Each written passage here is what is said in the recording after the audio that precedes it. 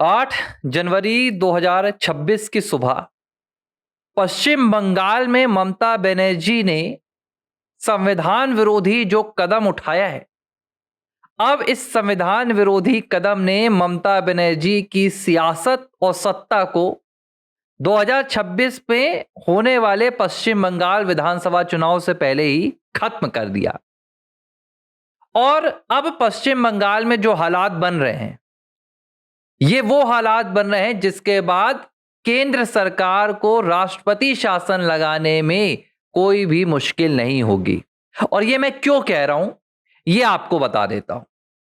8 जनवरी की सुबह ईडी पश्चिम बंगाल के कोलकाता पहुंचती है, जहां पर कोयला घोटाले से जुड़े हुए आईपैक के डायरेक्टर जो हैं प्रतीक जैन, उनके ठिकानों पर छापेमारी होती है। अब ईडी का क्या कहना है?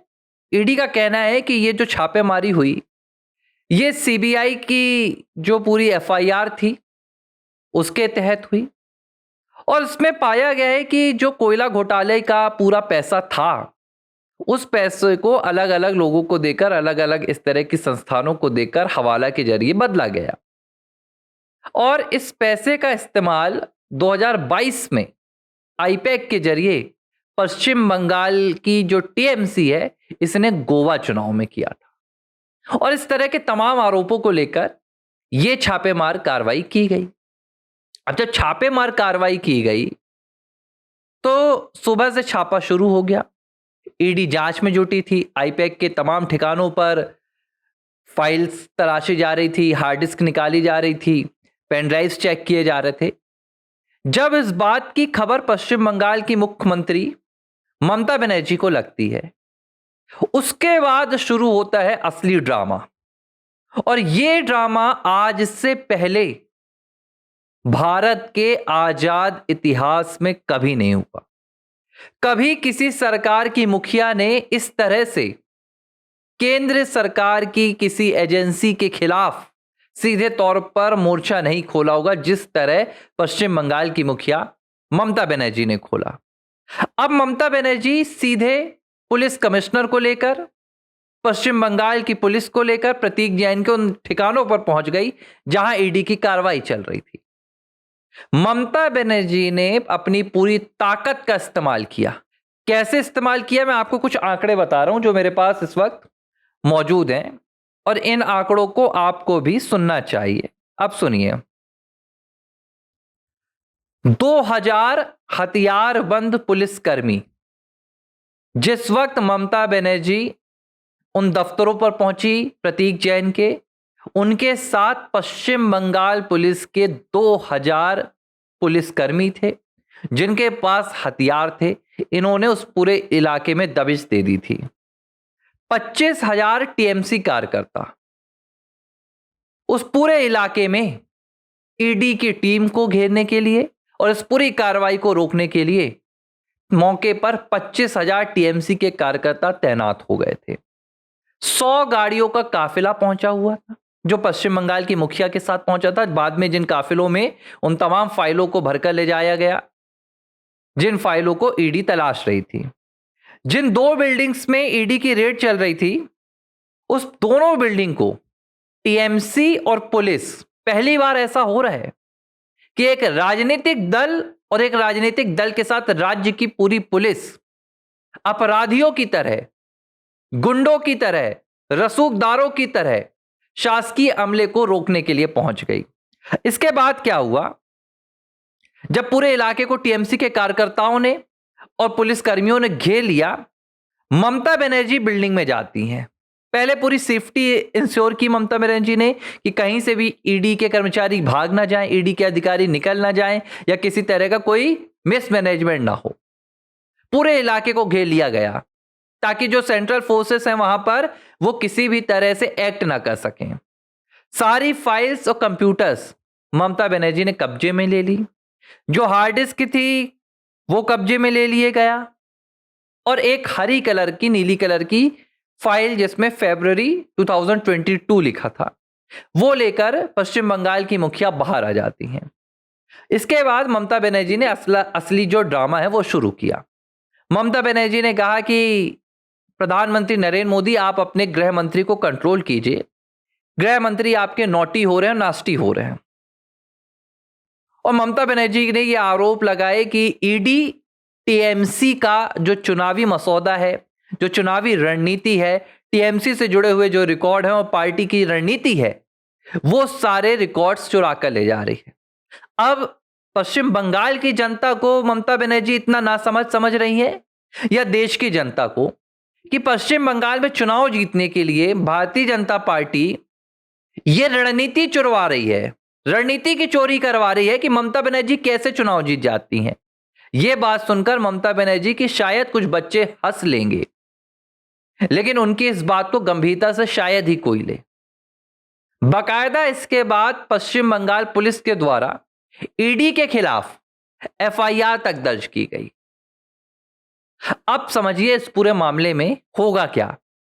ईडी इस मामले को लेकर हाईकोर्ट पहुंच चुकी है, हाईकोर्ट में सुनवाई भी हो रही है, और इस पूरे मामले में अब हाईकोर्ट ये तय करेगा कि ममता बनर्जी और पश्चिम बंगाल की इस पूरी घटना पर कौन कितना कसूरवार है। अब देखिए, जाहिर सी बात है, ईडी एक केंद्रीय एजेंसी है, जांच एजेंसी है, और ईडी के पास वो तमाम अधिकार है जो कोर्ट से उसे मिलते हैं, जो संविधान से उसे मिलते हैं, इस कानून के तहत मिलते हैं कि वो किसी भी दफ्तर में इस तरह छापेमारी कर सकती है, और उन्हीं अधिकारों के तहत ईडी ने ये छापेमार कार्रवाई की। लेकिन अब कहानी को समझिए, कैसे पश्चिम बंगाल में ममता बनर्जी ने अपने ही पैर में कुल्हाड़ी मार ली है, और इसके पीछे ममता बनर्जी का राजनीतिक कारण क्या है। ममता बनर्जी ने जिन अधिकारों का इस्तेमाल किया वो ममता बनर्जी के पास नहीं है। ममता बनर्जी राज्य की मुख्यमंत्री हैं, लेकिन केंद्रीय एजेंसी के कामकाज को रोकने का अधिकार ममता बनर्जी के पास नहीं है। इस तरह ईडी के काम को रोककर, सबसे पहले तो ईडी की कार्रवाई के दौरान राज्य के मुखिया होने के नाते ममता बनर्जी ने जो उनका ऑफिस है, जो मुख्यमंत्री का पद होता है, उसके अधिकारों और कर्तव्यों के खिलाफ कदम उठाया। एक तो ये, दूसरा वायलेशन जो यहां पर हुआ वो शासकीय काम में बाधा का हुआ, केंद्रीय जांच एजेंसी के काम को रोकने का हुआ, ये एक वायलेशन हुआ। इसके तहत ममता बनर्जी के खिलाफ मामला दर्ज होगा, और जो दूसरा सबसे बड़ा आपराधिक मामला दर्ज होगा ममता बनर्जी के खिलाफ, यह मामला होगा एविडेंस की लूट का। एक होता है एविडेंस को मिटा देना एविडेंस एक्ट में, और एक होता है एविडेंस को लूट लेना, जो ममता बनर्जी ने किया है। एविडेंस का मिटाना क्या होता है, जैसे आपने कई बार देखा होगा कि दफ्तरों में साजिश के तहत आग लगा दी जाती है, फाइलें चोरी करवा दी जाती हैं, गायब करवा दी जाती हैं, कोई सीडी है तो सीडी से डेटा गायब करवा दिया जाता है, ये होती है एविडेंस में चोरी। लेकिन ममता बनर्जी ने चोरी नहीं की, ममता बनर्जी ने पूरी ताकत के साथ, टीएमसी के कार्यकर्ताओं की गुंडई के साथ और पश्चिम बंगाल की पुलिस की हथियारबंद फौज के साथ ईडी के दस्तावेजों को, एविडेंसों को, सबूतों को लूट लिया। अब इस पूरी लूट के बाद ममता बनर्जी के खिलाफ ईडी हाईकोर्ट पहुंच गई है। सवाल यह उठ रहा है कि ईडी के इन आरोपों पर हाईकोर्ट क्या संज्ञान लेगा। जो प्रथम दृष्टया मामला निकल कर आ रहा है, इसमें ममता बनर्जी का बच पाना कहीं से भी संभव नहीं है, और ममता बनर्जी के खिलाफ एफआईआर दर्ज करके उन्हें जेल भेजा जा सकता है। दूसरा जो विकल्प है यहां पर सरकार के पास, यह संविधान का सीधा सा उल्लंघन हो गया है। यह घटना बताने के लिए काफी है कि पश्चिम बंगाल 2026 विधानसभा चुनाव ममता बनर्जी की पुलिस के जरिए, ममता बनर्जी की ताकत के साथ शासन में होते हुए निष्पक्ष तरीके से करा पाना पूरी तरह असंभव है, और ममता बनर्जी ऐसा होने भी नहीं देंगी। इसलिए सरकार को पश्चिम बंगाल में राष्ट्रपति शासन तत्काल लगा देना चाहिए। अगर राष्ट्रपति शासन वहां नहीं लगता है तो किसी भी तरह से ममता बनर्जी ना तो यहां पर चुनाव होने देंगी निष्पक्षता से, और ना ही यहां चुनाव आयोग काम कर पाएगा, ना कोई दूसरे दल या कोई प्रत्याशी यहां पर अपना प्रचार प्रसार कर सकते हैं। अब परेशानी कहां आने वाली है, ममता बनर्जी इस बात को समझ चुकी है कि पूरी तरह से उनका दल, उनकी सत्ता, उनकी सरकार भ्रष्टाचार के घोल में घुली हुई है और चुनाव में उनको मिलने वाली हार का अंदाजा भी हो चुका है। अब ममता बनर्जी पश्चिम बंगाल में अराजकता फैलाना शुरू कर चुकी हैं और यह अराजकता की तरफ उठाया गया पहला कदम था।